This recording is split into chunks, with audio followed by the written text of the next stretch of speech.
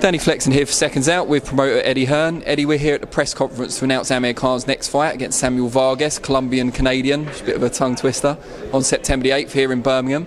Tell us why Vargas is the perfect opponent for this stage of Khan's comeback. Well, I wanted someone in between Phil LaGreco and the guys that he's going to box in December. I feel like Vargas is that guy. I think he's competitive. I think he wants to win. I think with a full camp, you see his 2 losses on his career to Danny Garcia and Errol Spence, both fights that he had a couple of weeks to prepare for. So I like fighters that are game and are going to give it everything. Phil LaGreco talked a brilliant game, but he was outgunned.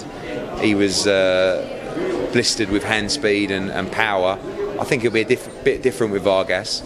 But I want Amir Khan to get some rounds as well, because as good as the LaGreco win was, we did sort of after think, blimey, it's 40 seconds. So he's had 40 seconds of action in a couple of years. So now we have to make sure that he gets some rounds, and because the next one after this, if he's triumphant, is straight in the deep end. And everyone's going to be asking about that next fight, not to look past Vargas, but a lot of people are hoping it's going to be Khan and Kell Brook fight that's been talked about for a long time.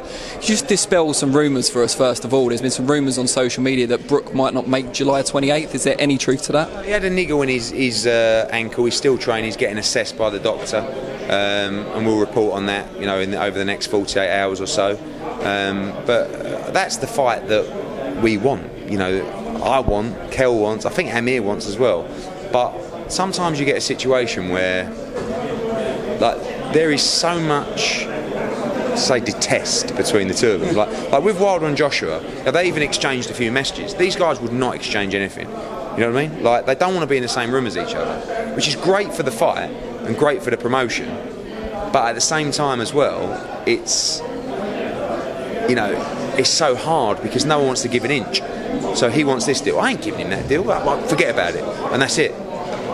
Or you almost need 2 of them in a room with me and Kell's dad and Amir's dad. So guys, we need to find some middle ground. So as they get a little bit older, as they realise that they're approaching the ends of their career, you'd hope it would become a little bit easier.